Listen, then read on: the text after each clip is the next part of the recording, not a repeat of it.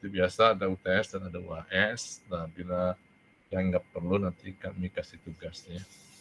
Intinya kerjakan aja kalau dikasih tugas baik-baiknya ya, untuk membantu nilai akhirnya ya. Nah, mata kuliah ini itu mata kuliah yang diberikan pada mahasiswa agar mahasiswa bisa merancang penelitiannya sesuai dengan syarat-syarat atau kaidah-kaidah ilmiah. Jadi mata kuliah ini akan Anda rasakan manfaatnya nanti ketika sampai masanya Anda harus melakukan penelitian.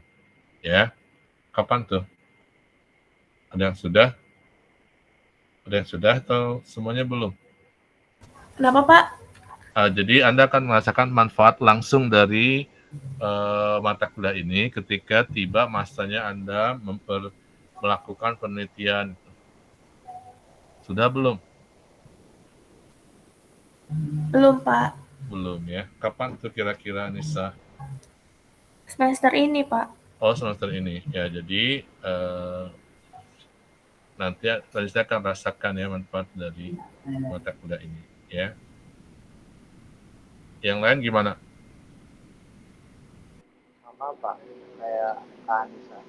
Oh, pengennya semester ini udah penelitian gitu ya? Ya, ya. Udah teknik penulisan karya ilmiah juga belum ngambil ya? Semester ini ambilnya ya. Ya. Nanti sebetulnya saling berhubungan tuh deh teknik penulisan karya ilmiah dengan rancangan penelitian. Ya. Jadi kalau rancangan penelitian itu Anda akan gunakan pengetahuan tentang hal ini, Anda gunakan mulai dari menyusun usulan penelitian ya. Di dalam usulan penelitian itu nanti Anda dalam materi dan metode harus mencantumkan rancangan apa yang akan Anda gunakan dalam penelitian Anda ya. Nah, kalau teknik penulisan karya ilmiah itu tahap berikutnya setelah penelitian, Anda kan diminta menulis ya, laporannya dalam bentuk skripsi. Itu harus dituliskan dengan cara yang benar. Atau itu diberikan di mata kuliah TPKI, teknik penulisan karya ilmiah. Ya, baik. Nah, sekarang kita mulai dari pertanyaan-pertanyaan dasar dulu. Mengapa kita melakukan penelitian ini? Ini semua berawal dari keingintahuan manusia. Jadi hasrat ingin tahu manusia itu adalah salah satu kebutuhan asasi, kebutuhan dasar dari manusia ya. Nah, manusia ini selalu memiliki keinginan untuk mengetahui berbagai hal, semua hal yang ada di sekitarnya. Ya, baik yang berkaitan dengan dirinya sendiri maupun orang-orang di sekitarnya atau benda-benda atau sesuatu yang lain yang ada di sekitarnya. Ya, setuju nggak? Kita bahwa manusia itu selalu merasa ingin tahu. Betul, Pak. Betul ya. Ada yang sudah punya bayi? Belum Belum. ya. Rizky belum punya bayi Rizky. Calonnya tapi udah ada kali ya. Bismillah. Ya kalau belum ya kita promosikan lah di sini ya. Ya. Jadi kalau belum punya bayi sendiri, pasti sudah pernah perhatikan seorang bayi ya. Seorang bayi yang mulai bertumbuh. Apa kira-kira yang banyak dilakukan oleh seorang bayi dengan hal-hal di sekitarnya? Rasa ingin tahu. Ya, contohnya gimana coba? Memegang sesuatu. Ya, segala sesuatu dipegangnya ya. Ya, Ya, satu hari ibunya, uminya sedang menyajikan kopi, segelas kopi untuk abinya kan, untuk papanya, papa si bayi kan. Nah, ditaruh di gelas, taruh di meja, si bayi yang sedang belajar belajar berjalan, ya, dia berpegangan kepada meja di mana segelas kopi yang baru diseduh itu diletakkan. Tiba-tiba dia kalau bahasa Sundanya itu merawel, gaps bahasa Inggrisnya. Bahasa Indonesianya apa ya?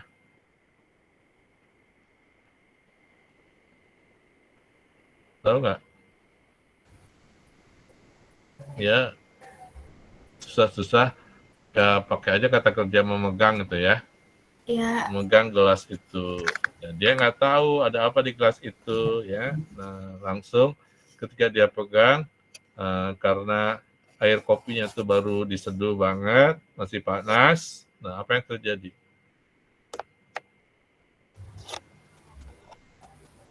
tumpah. Gelas kopinya itu lepas dari tangannya kan, Ya, karena panas, pecah gitu ya. Ya. Nah, si Umi ibunya marah-marah ya. Ya, karena dia membuat kopi itu untuk sang suami ya. Nah, si ayah si bayi itu juga marah-marah karena kesal ya. Padahal bayi itu melakukan itu dalam rangka apa? Karena dia punya keinginan untuk mengetahui segala sesuatu. Betul kan? Kalau kalau dia nggak ingin tahu ya dia nggak akan pegang itu barang ya. Ya, itu tandanya bahwa manusia itu memang sudah diberi insting kodrat oleh Allah Subhanahu Wa Taala bahwa dia akan berusaha untuk mengetahui segala hal yang ada di sekitarnya ya. Itu sejak anak-anak, sejak bayi ya. Di anak-anak yang sudah bisa bicara pasti semakin semakin bawel dia, semakin banyak dia bertanya kepada orang tuanya ya. Ini apa, itu apa, mengapa begini, mengapa begitu tuh ya. Nah, itu semua mendorong manusia itu selalu mencari pengetahuan sebagai jawaban. Nah, jadi pengetahuan yang dianggap benar itu disebut dengan kebenaran. Ya. Nah, sekarang bagaimana cara mencari kebenaran itu? Jadi orang mendapatkan kebenaran itu dengan dua pendekatan utama. Yang pertama, pendekatan yang disebut non ilmiah. Pendekatan non ilmiah dan yang kedua pendekatan ilmiah. Ya, itu kita semua tahu bahwa yang akan kita pelajari lebih jauh adalah pendekatan ilmiah. Ya, karena kita ada di dunia akademis. Ya. Tapi bukan berarti semua truth atau kebenaran itu hanya bisa didapatkan dengan menggunakan pendekatan ilmiah. Ada beberapa yang bisa eh, didapat dengan pendekatan non ilmiah. Ya, setuju nggak? Setuju nggak deh? setuju Pak. Nah, pada tahun 2010 kurang lebih ya, saya mengikuti sebuah kuliah umum di mana pada saat itu pembicaranya adalah Profesor Mahfud MD yang sekarang menjadi menteri apa tuh? Pak Mahfud, Menko Polhukam ya. Iya. Ya. Nah, waktu itu dia belum seorang menteri. Dia masih di MK ya. Jadi Pak Mahfud MD ini memberikan kuliah dan dia menerangkan tentang pendekatan kebenaran melalui dua cara ini.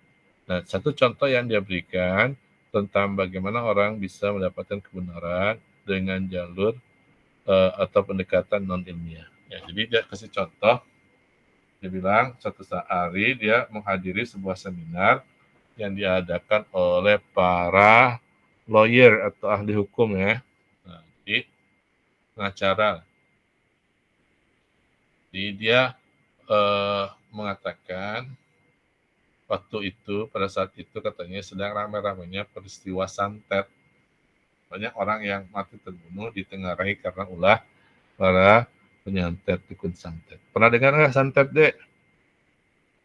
Pernah, Pak. Tahu ya? Kenapa? Nah, pernah tahu atau pernah melakukannya untuk orang lain? Amit-amit pernah tahu, Pak. Tahu Pak. Tahu doang ya, dengar cerita doang ya? Iya, Ya, amit-amit cabang baby dah jangan pernah mau mendekati itu ya. Itu iya, Pak. pasti ada bantuan jinnya ya. Nggak Betul. boleh orang Islam berhubungan dengan jin ya. Gelap merah Pak. Hah? Kenapa? Gelap merah Pak. Iya, jadi musyrik ya. Nah, tapi banyak orang melakukannya dan itu benar nggak kata Mahfud, Anda percaya nggak katanya kepada para peserta seminar? Ya biasalah, ada yang percaya, ada yang tidak ya. Nah, jadi katanya santet itu emang ada. Nah, jadi dipanggillah sama Pak Mahfud ini seseorang yang memang ahli mengerjakan hal seperti ini. Ya. Jadi coba nih, katanya ada di lokasi seminar itu ada hiasan berupa kolam buatan, isinya ikan. Ya. Nah, ikan ini bapak-bapak dan ibu-ibu kata si ini ahli sihir ini, saya akan pindahkan ini ke dalam kelapa katanya. Kelapa yang masih ada di pohon di depan hotel ini. Jadi hotelnya itu lupa saya namanya hotel apa gitu, tapi lokasinya di pinggir pantai Ancol. Ya, nah hilang setelah dia lakukan hilang ikannya. Terus sekarang dia minta coba ada seorang yang bisa mintain tolong nggak naik ke pohon kelapa itu ambil petik kelapanya bawa ke sini. Ya. Dan setelah dia dapat buah kelapanya itu, nah dipotong, disuruh orang itu memotongnya, dan betul di dalamnya ada ikan, ya dalam kelapa itu ada ikan. Nah itu kebenaran yang dapat dengan cara yang tidak ilmiah, gitu ya. Ya, jadi pendekatan non ilmiah itu bukan tidak ada ya. Cuman kita di dunia akademis harus melakukannya dengan menggunakan pendekatan yang ilmiah. Nah, apa saja pendekatan non ilmiah itu? Pencarian kebenaran dengan pendekatan non ilmiah bisa dilakukan melalui atau dengan menggunakan akal sehat. Common sense istilahnya, akal sehat ya. Yang suka digembar-gemborkan sama siapa nih? Sama Rocky Gerung ya. Akal sehat. Jadi common sense.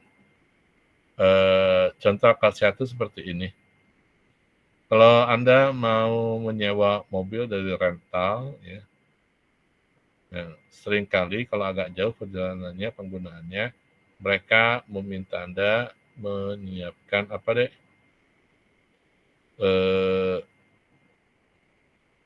Pinjam mobil. Ya, jadi beberapa hal lah. Sering dia ingatkan. Ada pertanyaan mungkin dari orang yang menjam mobil itu ke rental itu, gimana nih? Katanya, apa yang harus saya kerjakan? Nah, sebagai penyewa, si pemilik mobil mengatakan, ya gunakan aja akal sehat, kata dia, common sense. Nah, maksudnya apa? Ya, kalau kamu minjam, berarti jagalah barang pinjaman ini baik-baik. Jangan kamu alih tangankan ke orang lain, gitu ya. Nah, jangan dijual ke orang lain, gitu-gitu aja. Nah, jadi, itu adalah akal sehat atau common sense. Nah, ini berlaku di mana-mana di seluruh dunia deh ya. Nah, yang kedua dengan pendekatan menggunakan prasangka, yang ketiga menggunakan intuisi, ada juga penemuan yang bersifat kebetulan dan coba-coba, dan ada pencarian kebenaran berdasarkan pendapat otoritas ilmiah dan pikiran kritis. Nanti kita lihat satu persatu. Nah, kalau akal sehat tadi, nah bisa dipakai konsep ini atau bisa juga diberikan contoh yang sederhana tadi ya. Nah, akal sehat ini dapat menunjukkan hal yang benar, dapat juga menunjukkan hal yang menyesatkan ya. Nah, ini kita cepat aja. Yang kedua, prasangka. Prasangka terjadi bila orang mencari kebenaran dengan pendekatan akal sehat, tapi dia diwarnai oleh kepentingan orang yang melakukannya, oleh kepentingan seseorang yang lain. Nah, dengan akal sehat, orang mempersempit pengamatannya, mengambil hitamkan atau mendukung suatu pendapat, melihat hubungan dua hal sebagai sebab akibat. Ya.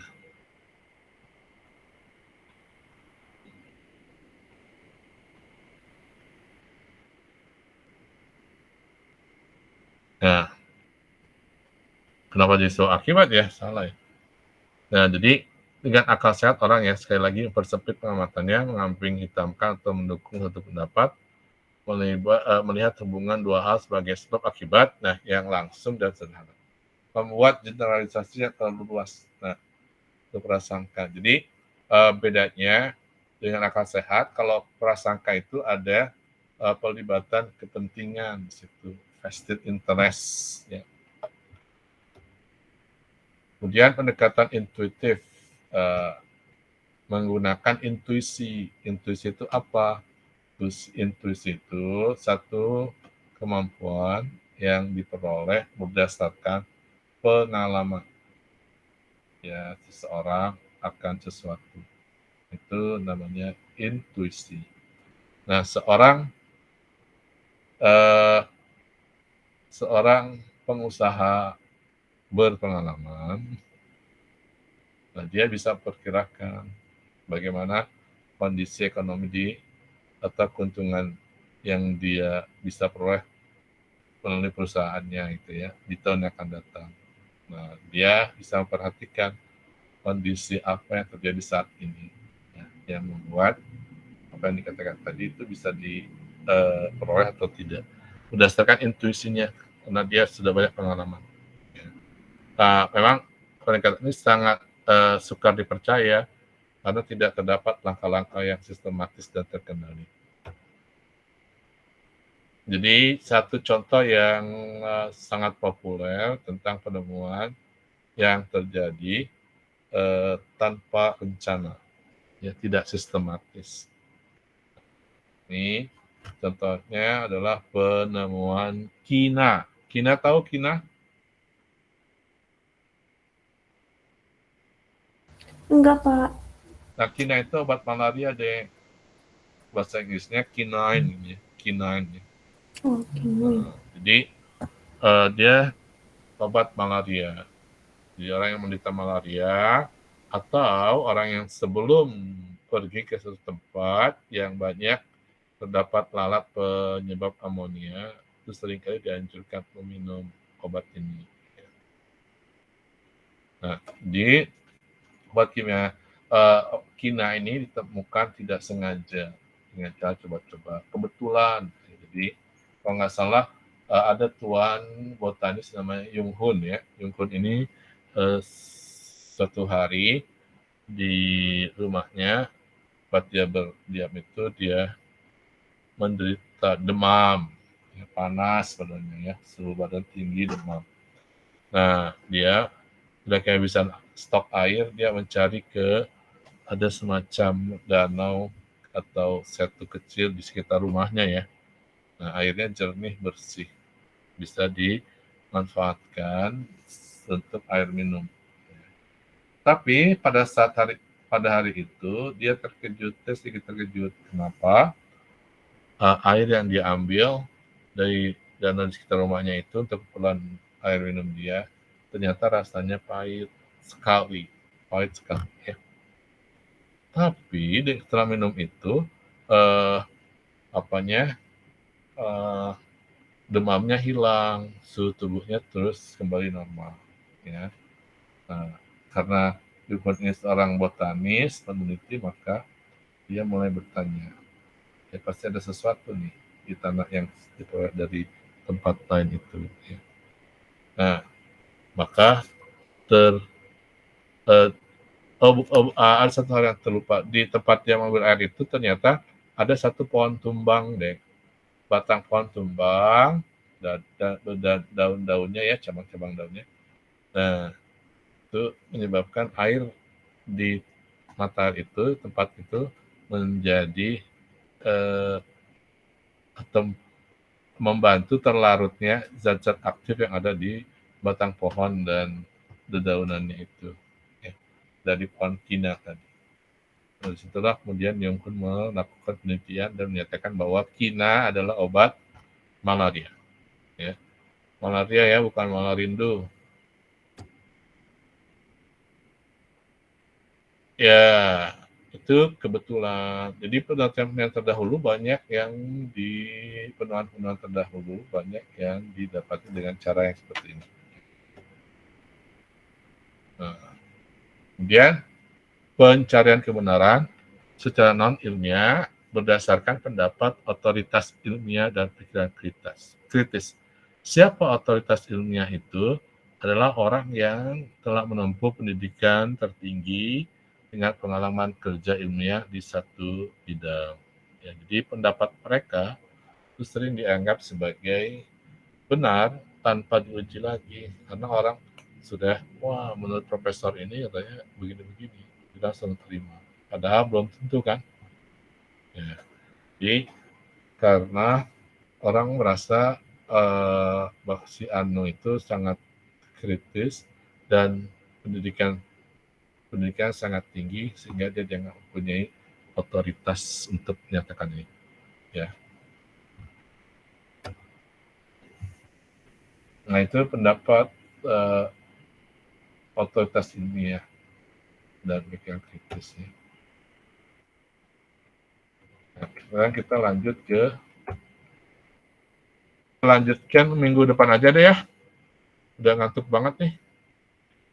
Takutnya saya bicara jadi ngaco lagi. Iya, Pak. Ya. Jadi hari ini saya senang sebetulnya satu mata kuliah dipindah ke hari Selasa ya. Karena hari ini kalau nggak dipindah semuanya 5 mata kuliah saya. Ya, dari pagi sampai dari jam 9 sampai jam 9 lagi ini. Ya. Jadi kalau dipindah satu ke Selasa berkurang ya jam 4. Makanya ini udah lelah banget nih.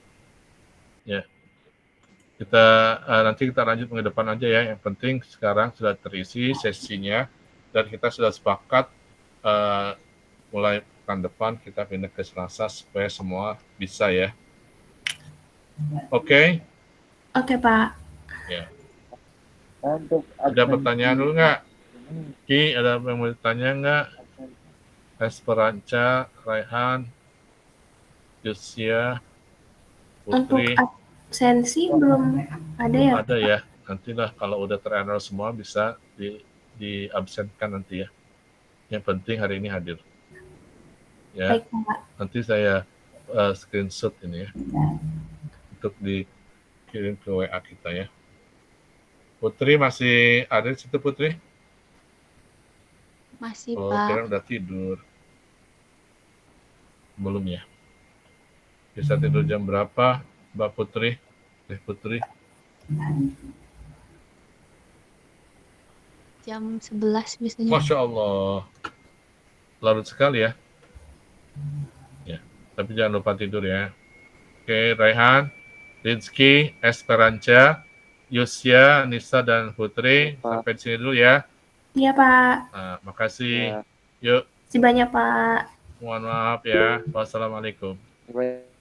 Ya, Waalaikumsalam. Yusya, saya keluar ya. Duluan ya, Yusya. Sama-sama.